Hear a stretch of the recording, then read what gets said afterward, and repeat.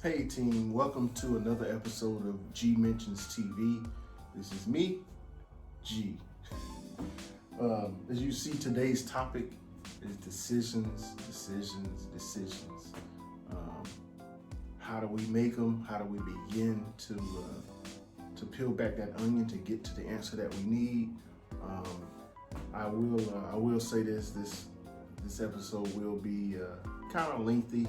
I'll try to keep it under 30 minutes because, again, my attention span is horrible. So I can only imagine those that are following the video. But I appreciate the support.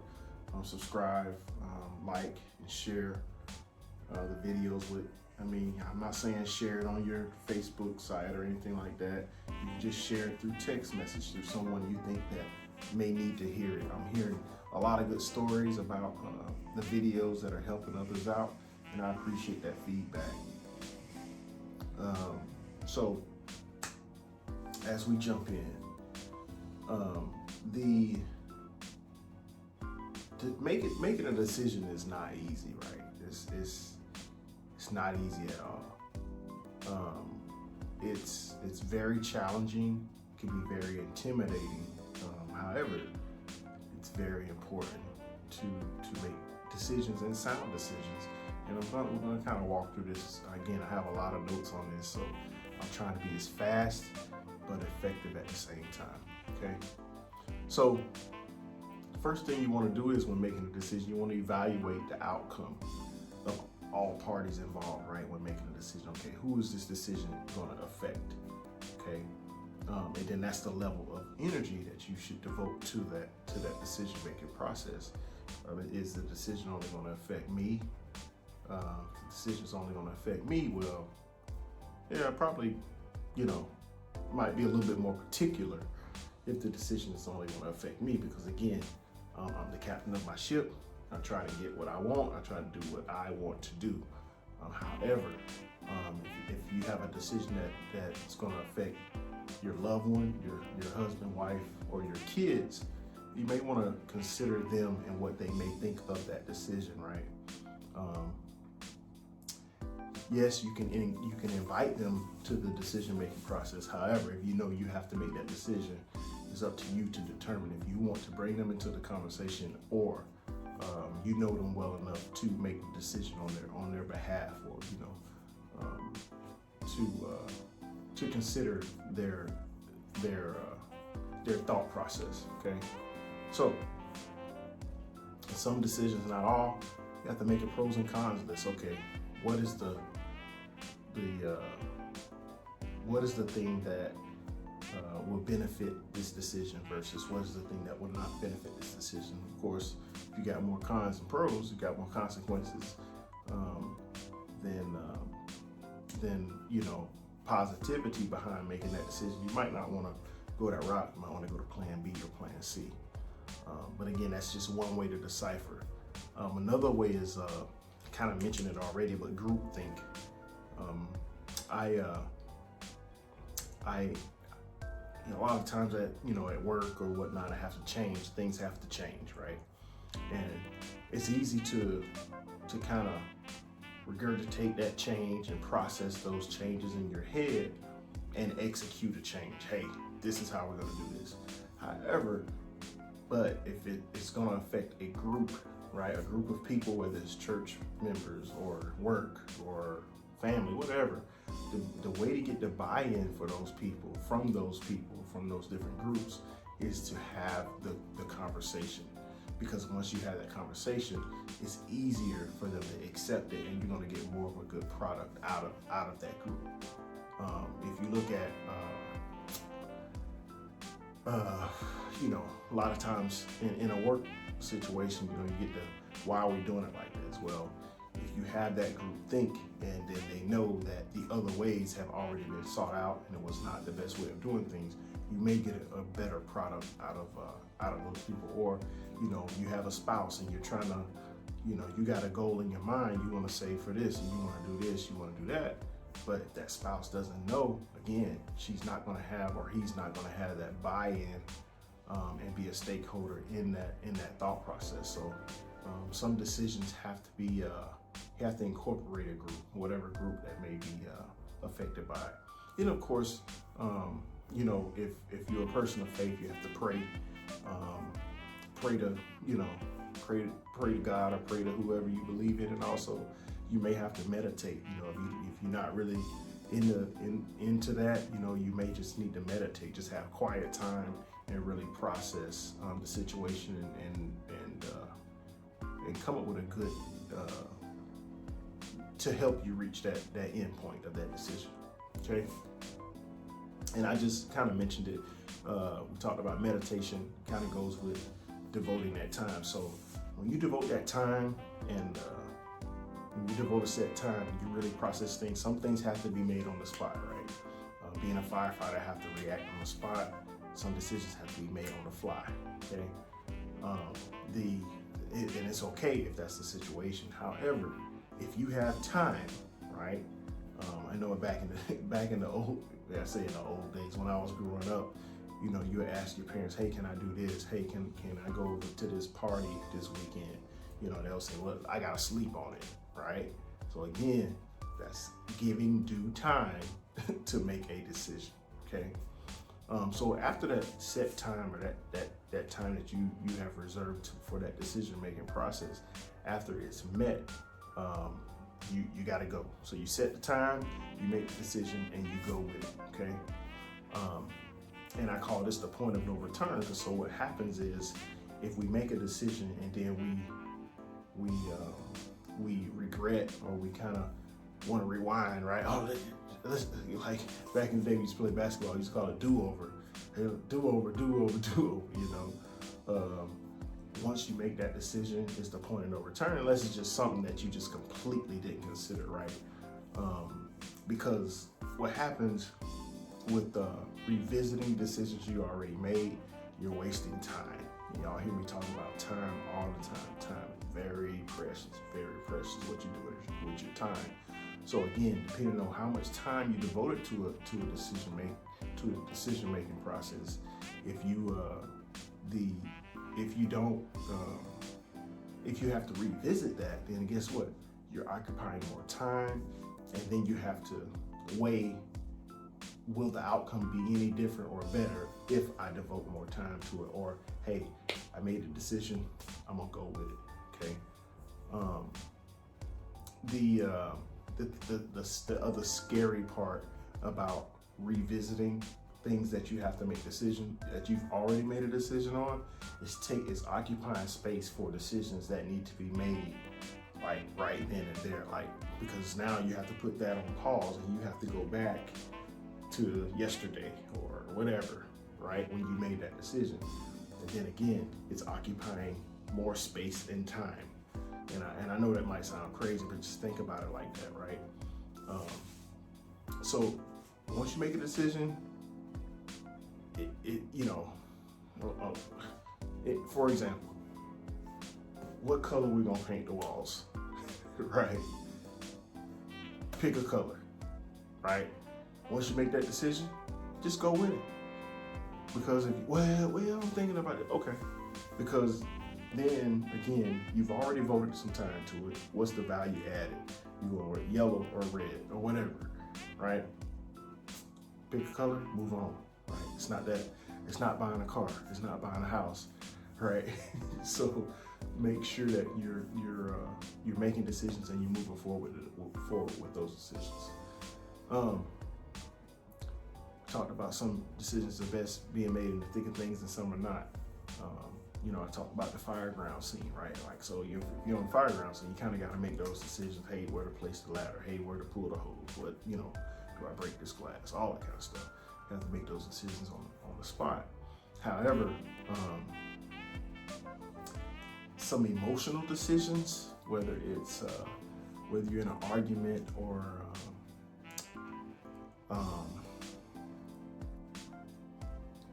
maybe even a fist fight or something, something negative, right?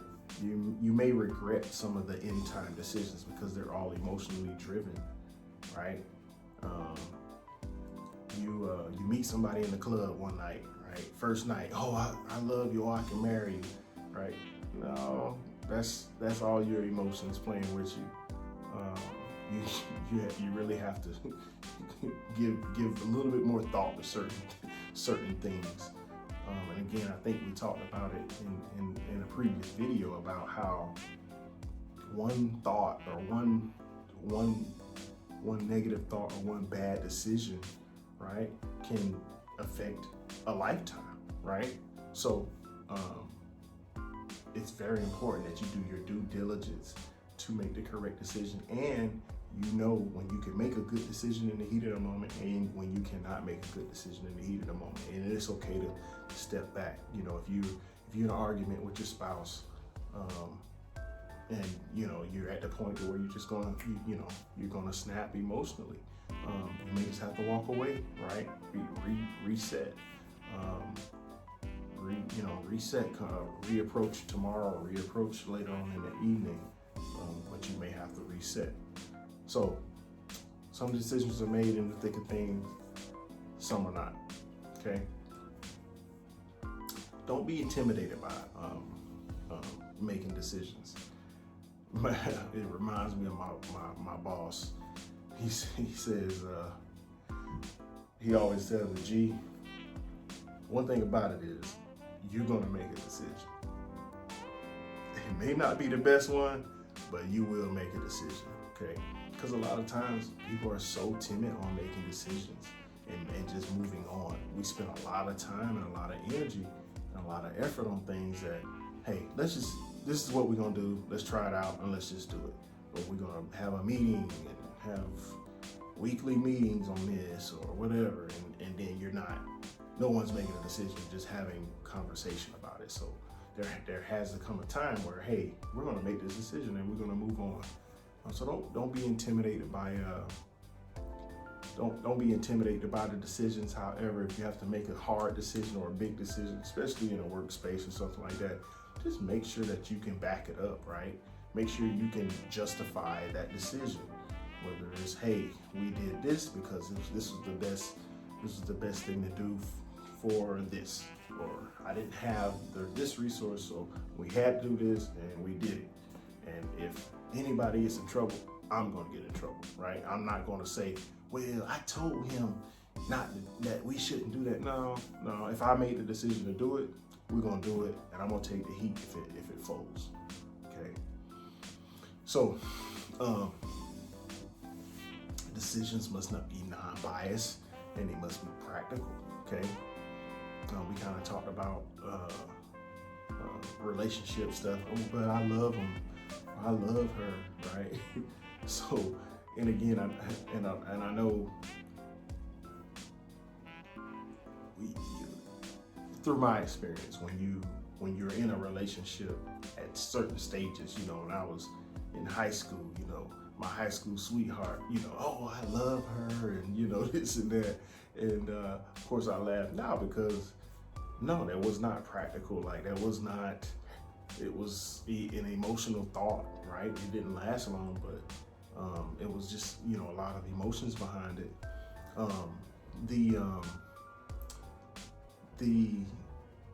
As you come to a place and you know you're ready to do life with an individual, it does you know, a lot of practicality is taking in place.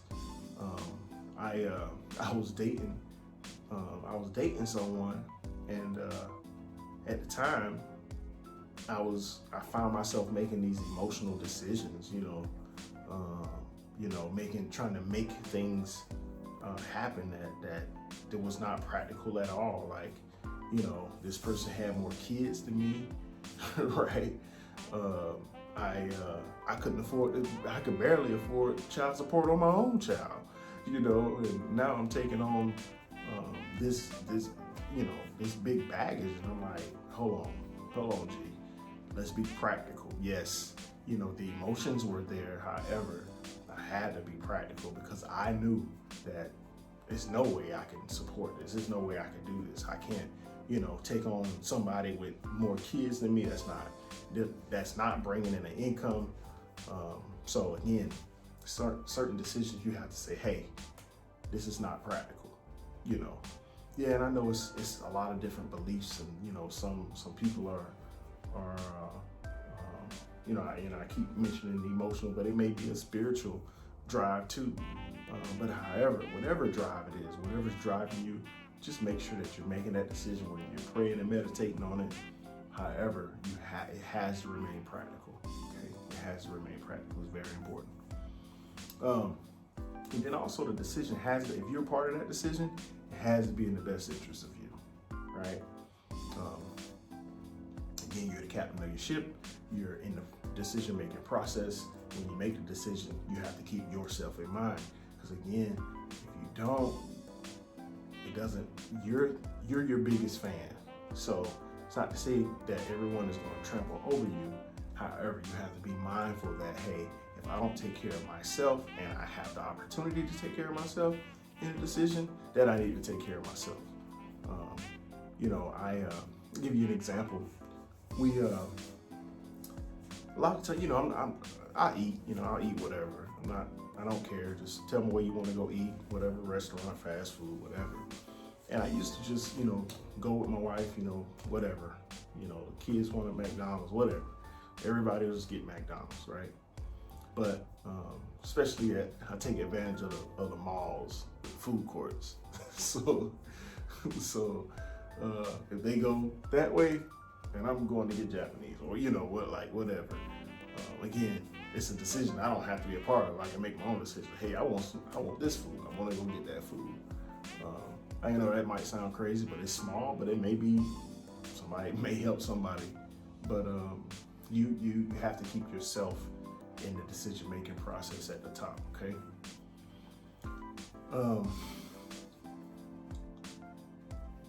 And I kind of, I've been talking about cars and food, but make sure that you're affording the right amount of time to the level of decision that's important, right? I know some people will wake up one day and just say, hey, I think I'm gonna go trade my car in, right?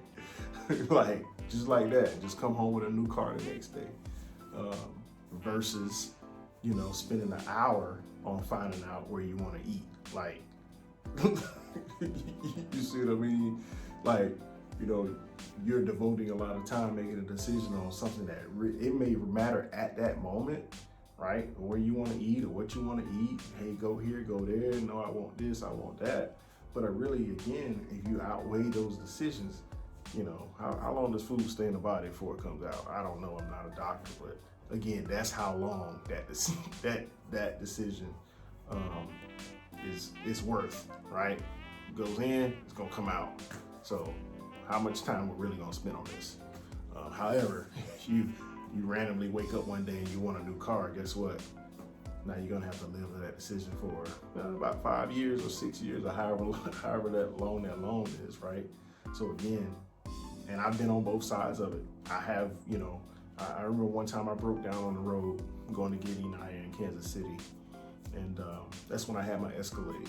And of course the image, I was keeping up at that time, that was very important to me. And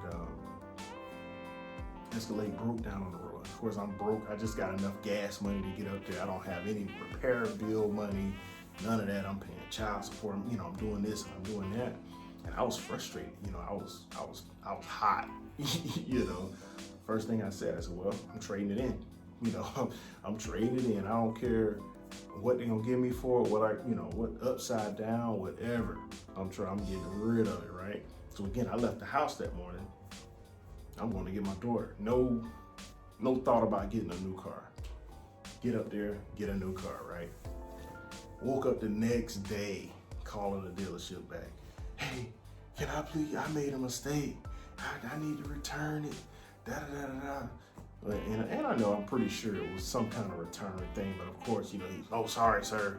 All deals are final. They can't do anything for you. Of course, I just went on. I said, whatever. And, but it goes back to weighing your decisions. Where is your decision base? Where are you going to devote that time to? What level of decision? But I want to leave y'all with this. What are some decisions you have regretted, and what are others you are proud about? All right. So some decisions we regret, And maybe we were reminded by a car, maybe we were reminded by a house. Hopefully you made the right decision in selecting a spouse or whatever. But what are some decisions that you have made that you regret, and then what are some decisions that you're proud of? And hopefully as you get older, you'll see that that pinnacle of more better decisions as you get older, right? Because we do make some screwed up decisions when we're young, right? We make some horrible mistakes and shoulda, coulda, wouldas, and things like that. But as time gets as time goes on and life goes on and our experience base grows, we should improve our decisions that we make. So again, I know it was not as long as I expected, but I know it was a lot of information, but I want to encourage y'all to work a decision-making process. It doesn't have to be the same every time. And then what will help too, and I'll add this and I'll be quiet, but what will help too when you make decisions is, run that what if in your head. A lot of times in life, I use the term a lot that nothing is new under the sun. Well, if nothing is new under the sun, take your circumstances and create circumstances. Excuse me. What if this happened? What if that happened? And those, not to say it's going to ease your decision-making process, but you already have a mind state of, oh yeah, okay, I planned for this. Or hey, yeah, I did discuss, I did consider this at one point in time in my life. I'm not saying it's going to make it easy. However, it may lead to certain things like, you may end up saying, what if I lost my child? Or what if this? Do I have life insurance? Do I have the correct health insurance on my children, or whatever, right? Using that example, I know I'm not wishing anything on anybody, but I know a lot of that has to do with my background too. That's all we do in the military is plan, right? We plan for what ifs. What's the pull out the plan book for this scenario? What's the plan book for that scenario? And a lot of things that I've learned, I've applied to my personal life. What if I need X amount of dollars real quick? How do I do it? So if that happens, I already know what I'm gonna do. Like it's not a thought process, not too much of a thought process at all. Because again, I've already really played that in my head, and the decision has already been made on what I would do in that situation. So I hope this has helped y'all. I hope everybody's doing well with the current situation, protecting yourselves and staying healthy, staying clean, and I hope that we get past this really soon. I'll share this and I'll shut up. I had someone at work, I was telling them about my channel and things like this. Like, oh, do you talk about current events? Like, nah. No, I'm not talking about current events, and I'll tell y'all why. Current events is very disturbing to me, and I question the media's drive and how the media controls perspective on things, and that's what we feed off of, right? Because that's our source. Whether whatever news media you follow, or whether a lot of people brag about following national BBC and world news and things like that, but I really I have a little issue with it, because it kind of separates us, right? It kind of gets us going different ways, and it severs friendships and all kind of stuff like that. So when it comes to the political world, or the racial injustice, yes, I have opinions on those things, and I may share them one day. However, when it comes to just feeding off current events, it's a lot of different platforms out there that feed off current events, and I know y'all linked into them, whatever floats your boat. whether it's Facebook. There's a lot of different YouTube channels out there that comment on social events, but I encourage y'all to, again, try to stay non-biased with all that stuff. I don't care what you believe in, who you believe in, whatever person is kind of interpreting that stuff and bringing it in a funny way, or making mockery of this or making mockery of that or this person. Just know that it's a lot of hidden agendas that circulate in our world. Okay, so again, yeah, that's why you don't really hear me talking about current events, because that's really not my space. And I'll be honest with you, if y'all look at my TV, I haven't turned my TV on since I've been here.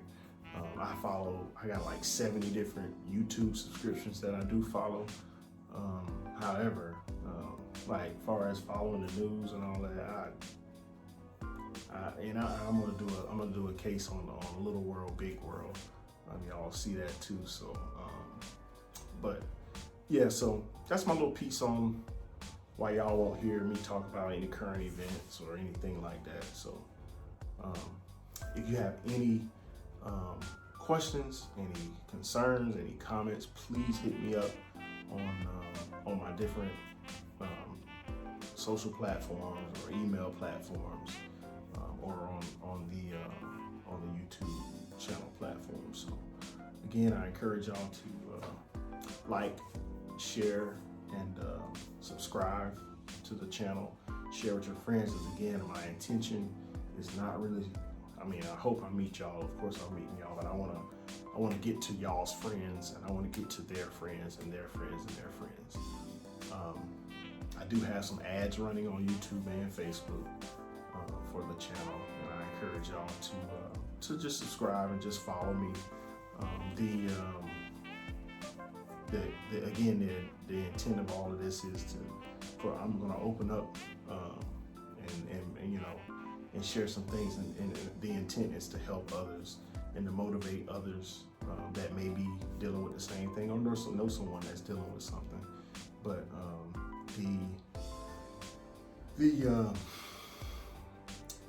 one more thing, I'm gonna let you go. My book is coming along.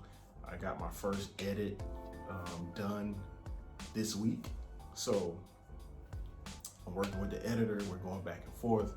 She's really stretching my talents. So, but it's good. She's pushing me. I need to be pushed. I'm sure the book will be published by the end of this year. I just got to get through editing. So, thank y'all. And lastly, but not least, continue to focus, continue to flex, and continue to drive. God bless.